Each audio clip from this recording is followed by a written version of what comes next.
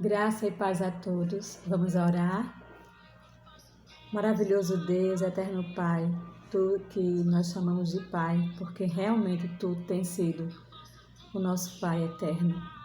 Nós estamos aqui, Senhor, fazendo a Tua vontade, fazendo o Teu propósito, para que Tu nos criastes. Levar a Tua mensagem a todos, Senhor. Me usa nesse momento, faz a Tua vontade, Espírito Santo. O que Tu colocaste no meu coração seja a vontade do meu Deus e que eu transmita tudo o que Tu queres nesse momento. Eu te agradeço por tudo em minha vida, Senhor. Todas as bênçãos e até aquelas coisas que aparentemente não são boas, mas que têm servido para o meu crescimento. Tudo é para a Tua honra e glória. Que nunca o homem se exalte, Senhor, mas que Tu sejas o motivo de tudo que nós realizamos aqui na terra. Nos ajuda a compreender que há uma esperança maior e que aguardamos em Ti por essa promessa. Em nome de Jesus, nosso Senhor e Salvador, a quem nós amamos e queremos servir. Amém. Gente, vamos tratar um pouquinho hoje sobre onde está a nossa esperança, não é?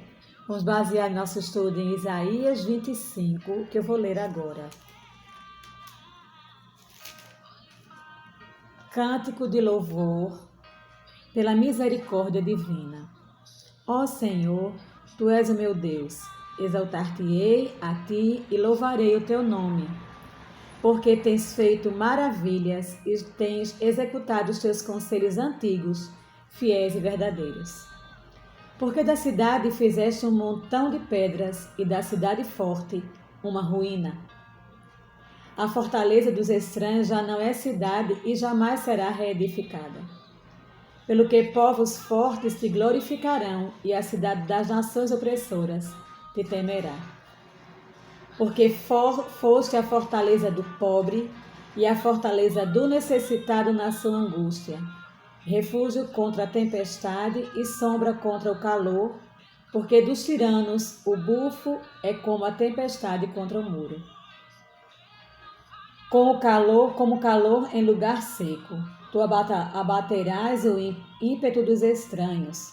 Como se abrando o calor pela sombra da espessa nuvem, assim o hino triunfal dos tiranos será aniquilado.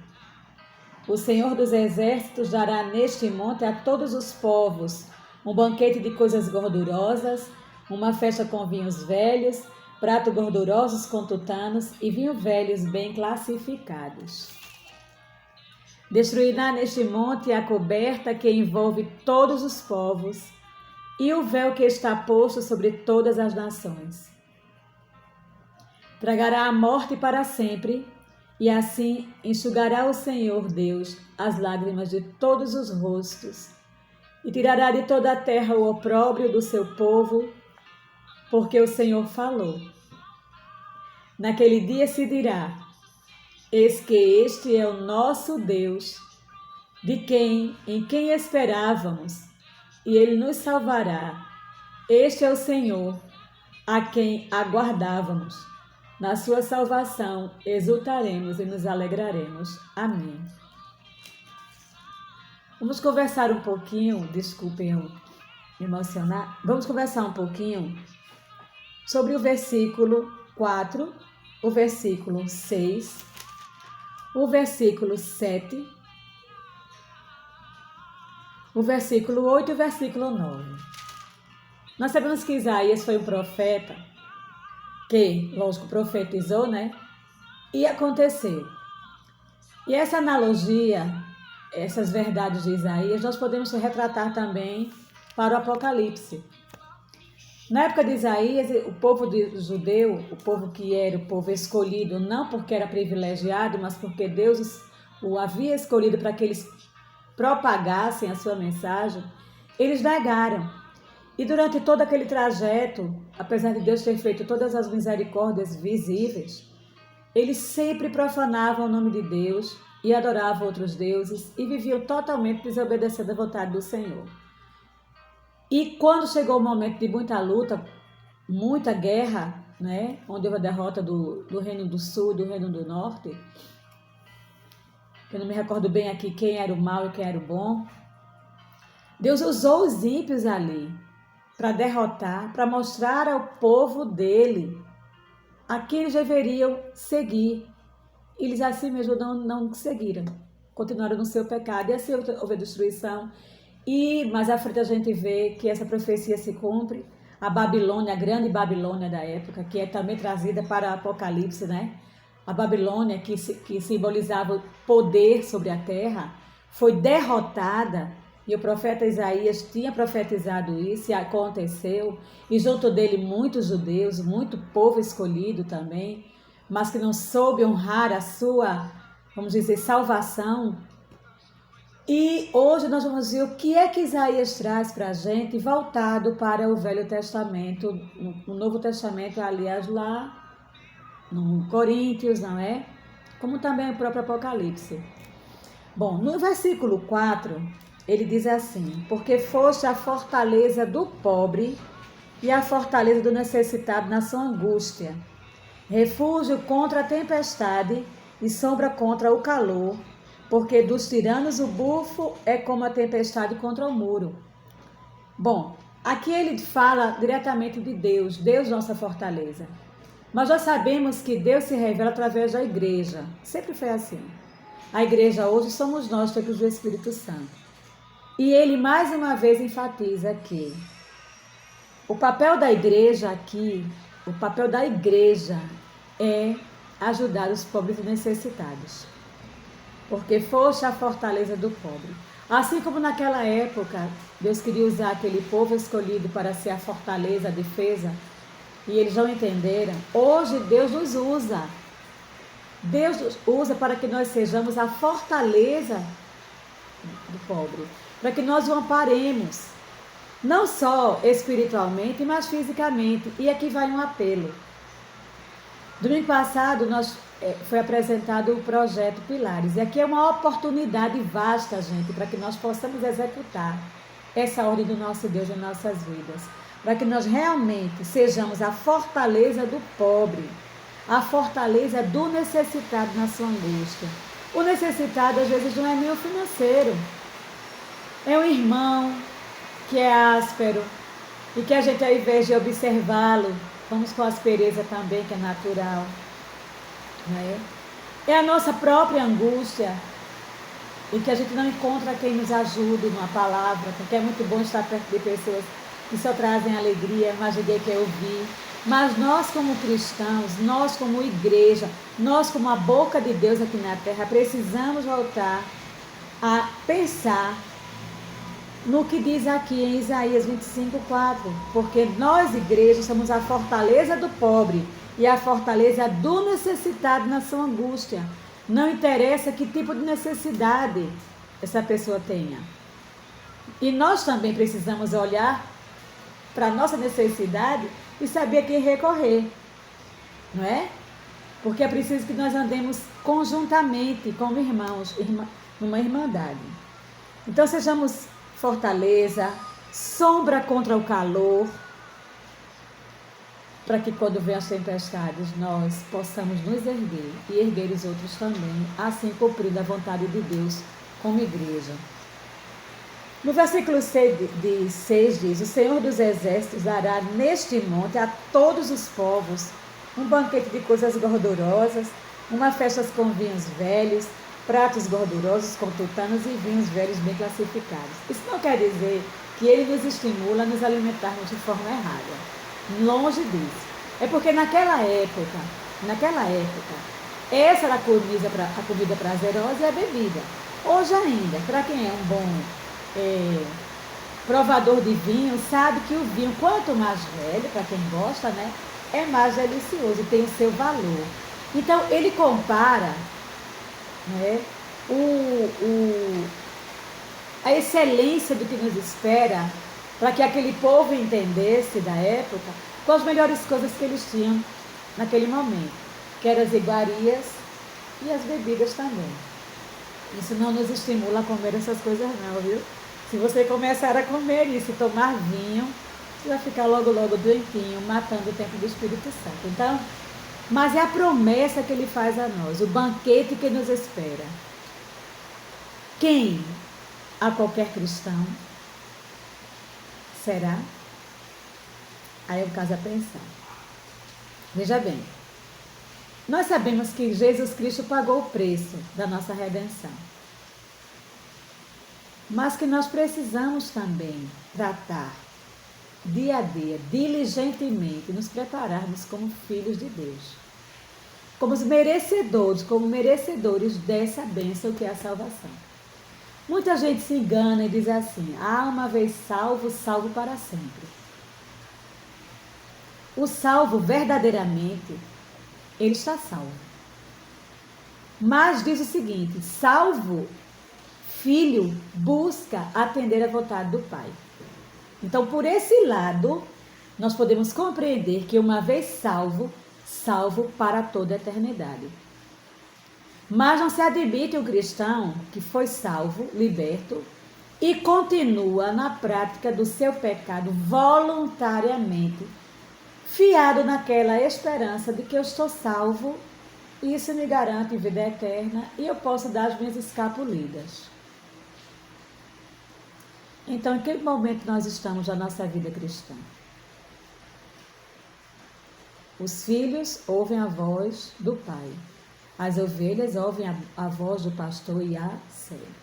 No grupo de ovelhas existe aquela ovelha mais quietinha, existe aquela rebelde, mas somos ovelhas. Então, cabe a nós sabermos, identificarmos, temos sido ovelhas? Ou temos seguido um rebanho como aparentemente ovelhas? O rebanho segue o joio e o trigo. Mas como tem sido a sua prática cristã? Como você tem se convencido que verdadeiramente é filho? A gente gosta sempre de bater nisso, porque a gente tem se deparado com muita gente, muitos cristãos, né? Hoje, o cristão é grande maioria dentro de um país como o nosso, como em todo o planeta. Existem muitos cristãos. Mas Satanás, ele é muito sagaz. E ele é sacana mesmo. A gente vigia, mas é como se nós estivéssemos uma casa com muitas janelas, nos preocupamos com uma janela e outra fica aberta. Porque é muito a gente dar conta, então é preciso um Senhor sobre nós para que Ele mantenha essa vigilância. Nos mantenhamos vigilantes porque tem um Deus que nos adverte, acende o sinal vermelho. Entendeu? Então é isso. Mantermos como filhos, herdeiros, que buscamos fazer a vontade do Pai, em qualquer circunstância. Buscar o reino de Deus. Eu, quando jovem, né? Adolescente, quando o herói ensinava, era meu professor, e eu tenho um herói por excelência, ele me deu muita base cristã na época. E um salmo que eu me baseei foi: bem-aventurado o varão que não anda segundo o conselho dos ímpios, nem se detém no caminho dos pecadores, nem se assenta na roda dos escarnecedores. Antes, tenho prazer na lei do Senhor e nela medita dia e noite. Isso não quer dizer que eu vou pegar minha Bíblia e vou enfiar na igreja o dia todo, não. Mas eu tenho que dizer assim: escondi a tua palavra no meu coração para não pecar contra ti. Então, meditar dia e noite é ter a atitude voltada na palavra de Deus, tentando, porque a gente não consegue fazer 100%, né? Não consegue. O ser humano, enquanto estivermos nesse corpício, a gente não consegue de forma nenhuma, nem os judeus que têm até para dar conta os passos para caminhar, nem eles conseguem evitar pecado. Então, nós, quanto igreja, estamos num corpo mortal e precisamos diligentemente andarmos na prática diante do Senhor. E só participará desse banquete aqueles que verdadeiramente estão nos braços de Cristo, apesar de todo o pecado, toda a humanidade. Então é preciso diligentemente, sempre que eu falar, enquanto o Senhor me permitir, eu tocar nesse assunto. Leia a Bíblia. Em nome de Jesus, leia. Leia. Preencha seu tempo com as coisas do Senhor. Busque suas músicas, sua meditação, suas conversas. Deixe o Espírito Santo agir. Aí ele vai lhe mostrar seus dons.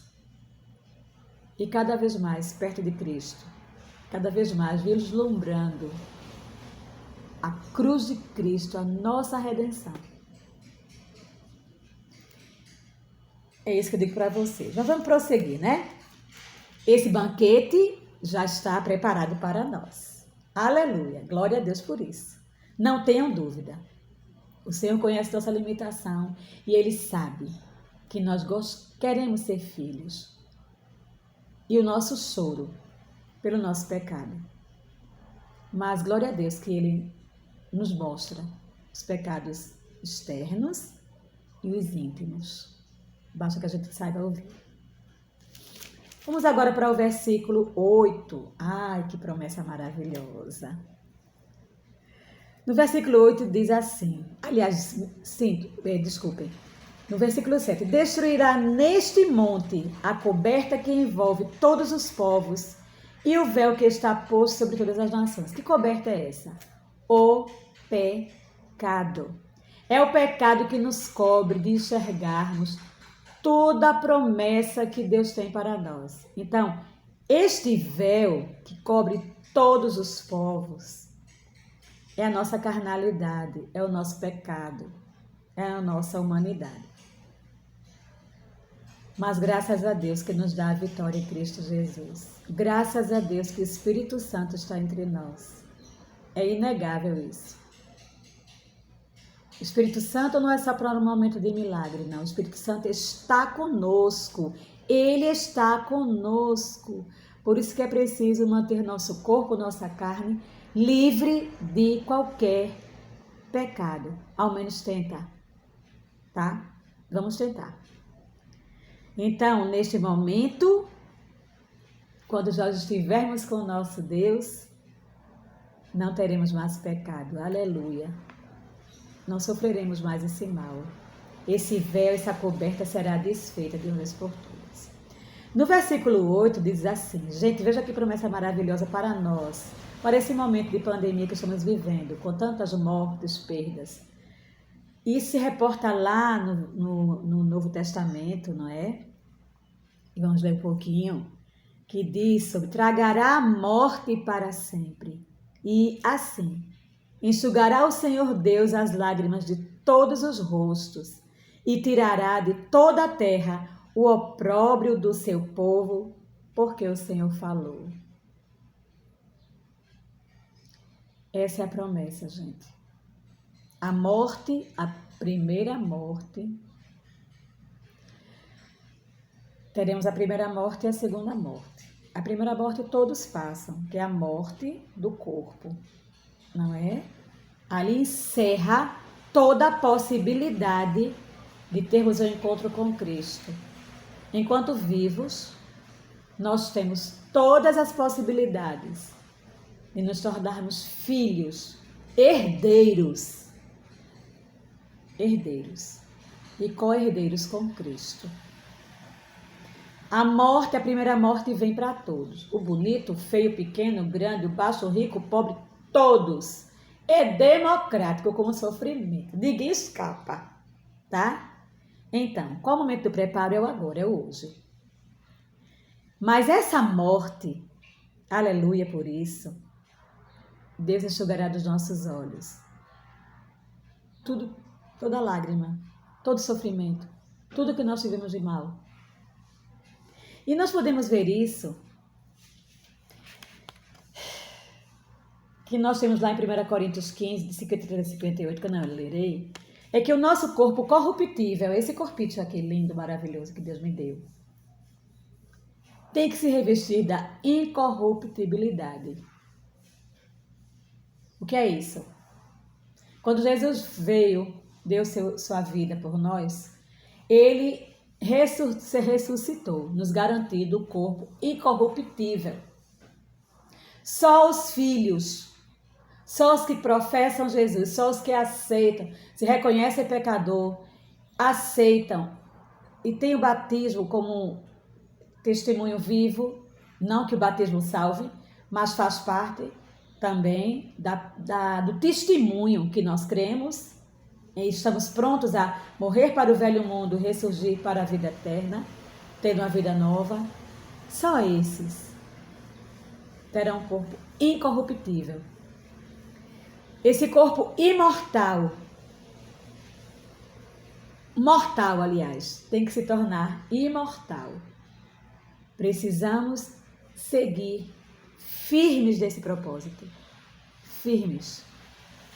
Não podemos deixar que a sementinha que caiu morra ali, por falta de penetrar no nosso coração e germinar com bons frutos.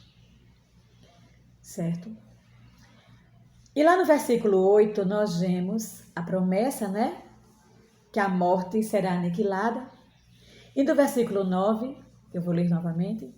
Naquele dia se dirá, eis que este é o nosso Deus, em quem esperávamos, e Ele nos salvará. Este é o Senhor a quem aguardávamos.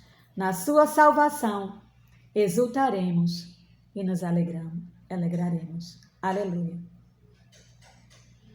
Então, onde está a nossa esperança? Ontem eu conversando com uma pessoa e ela contou um pouco da sua vida e eu disse, querida, olha, contei da minha também, que coincidentemente os filhos de Deus parecem que passam pelas mesmas tribulações, né? E é interessante a gente compartilhar e o céu é muito maravilhoso, porque ele nos permite ter provações para que a gente tenha experiência de falar, né? Também isso conta. E eu disse para ela assim, olha, nós não somos desse mundo. Nós não somos desse mundo. Se nós não somos desse mundo, não temos donos aqui, nem dono. Mas nós somos filhos do Rei. Somos filhos do Deus Altíssimo. E se a gente conseguisse pensar nessa grandiosidade, que venha o que vier, passa. E ele diz, nunca vi um justo mendigar o pão, nem a sua descendência.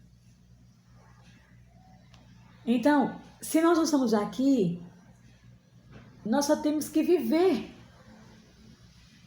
Mas nós sabemos que quem nos garante, quem nos sustenta, quem nos protege, quem nos ampara, é o Deus, é o Rei de todas as coisas, Senhor dos senhores. E ele diz, todas as coisas cooperam para o bem dos que o amam, dos seus filhos, dos que buscam, dos que praticam, dos que querem estar com ele. Isso é maravilhoso, gente. Mas a nossa humanidade faz com que nós estejamos sempre cobertos com esse véu que nos separa do nosso Deus. Mas mantenhamos a esperança. Mantenhamos a esperança de que o Senhor enxugará dos nossos olhos toda lágrima e nós iremos cantar júbilos a Ele. Mas aqui em terra, nós podemos trazer um pedacinho do céu, buscando suas promessas. E nós vamos ler, para confirmar, para continuar e terminar. Nós vamos ler Isaías 26, 3 e 4. Isaías 26, 3 e 4. Que o Senhor aplique esses dois versículos em nossa vida. E que toda vez que nós tenhamos tribulações, nós pensemos, fechando os nossos olhos, fechem agora os olhos, imagine um mar, onde você não vê nenhum litoral. E lá no meio daquele mar está um barquinho à deriva. Conseguem imaginar? Faça um esforço. Nós somos este barquinho. Um grande mar. Estamos à deriva aqui na terra. Mas o dono desse mar está nos observando. E quando vem as grandes tempestades, parece que vamos sucumbir, Ele acalma a tempestade. Que nós possamos acreditar, ó Deus, em Tuas promessas. Pode abrir os olhos agora, viu? Vamos lá, vamos ler agora, para nossa alegria. Isaías 26, 3 e 4. Tu, Senhor, conservarás em perfeita paz aquele cujo propósito é firme, porque ele confia em Ti. Confiai no Senhor perpetuamente, porque o Senhor Deus é uma rocha eterna. Amém. Que o nosso maravilhoso Deus nos faça perceber que não estamos sós, que a nossa esperança está nele, para vivermos aqui na terra, buscando essa paz e na esperança de voltarmos para Ele, ou Ele vir nos buscar. Amém. Fiquem com Ele. Beijos.